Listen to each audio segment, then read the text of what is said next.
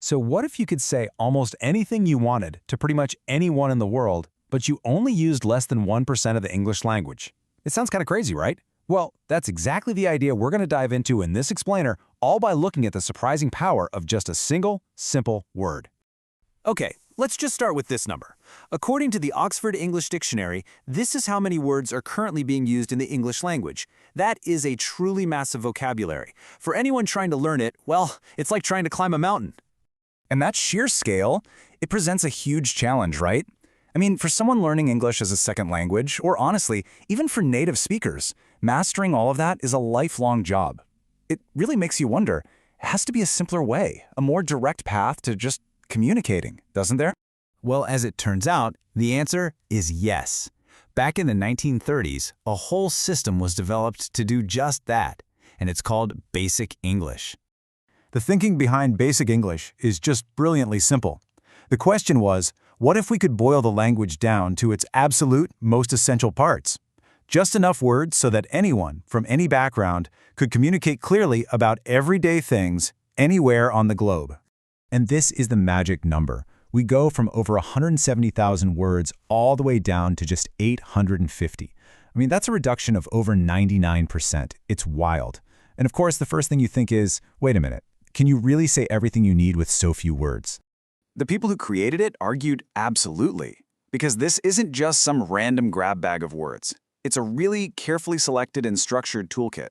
These specific words were chosen for how versatile they are, how they can be used to express complex ideas simply, whether you're talking about your day, or science, or even business. So, to really see how this works in practice, let's zoom way in. Let's just pick one word from this powerful list of 850. For our little case study here, we're going to go with the word full. And we're going to be using this Simple English Wikipedia as our guide, mostly because it's built on the very same idea of clarity and simplicity. The fact that full is right there on that foundational Basic English list, that tells you this word does a lot of heavy lifting. So let's do it. Let's break down the anatomy of this one supposedly simple word and see what really makes it such a powerhouse. First up, the absolute basics. You know, even in a system that's all about being simple, having standards is key. A clear pronunciation guide like this just makes sure that people from all over the world can understand each other without any confusion. Now here's a crucial point. Simple doesn't mean a lack of nuance. Even a basic word like full follows grammatical rules. You can change it for comparison, which gives you the power to say one cup is fuller than another, or that someone lived the fullest life. And this is where you really see its power. This one single four-letter word can elegantly cover four totally different concepts. It can describe a physical state, like a cup, an astronomical event, the full moon, a personal feeling of being satisfied, and even an abstract idea, like completion. Seeing these examples just makes it all click, doesn't it? The cup is full of water. There's a full moon. I was full all day. The sentences are incredibly simple. They're direct, and anyone can understand them. The context just does all the work, telling us exactly which of those four meanings is being used. And the system is smart. It's designed to grow from this one simple root. So, fully becomes an adverb. And you can add the suffix full to other root words like help or beauty to create totally new descriptions without having to memorize a bunch of new words. It's efficient. It's like building with Legos. Okay, so we just did a super deep dive on one single word. Let's zoom back out.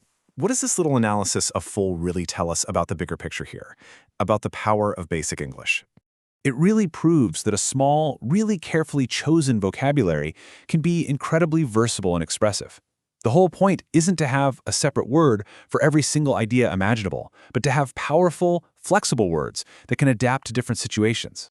And this is why a word like full makes the cut. These words weren't picked out of a hat. They are fundamental. They are the high-frequency building blocks of the language that we use all the time, often without even thinking about it. And you know, this is the most important thing to get. Using simplified language isn't about dumbing things down. Not at all. It's about building a bridge. The goal was never to limit what people can think, but to make important ideas easier to get for everyone, no matter what their native language is. And all of this leaves us with a final thought to kind of chew on.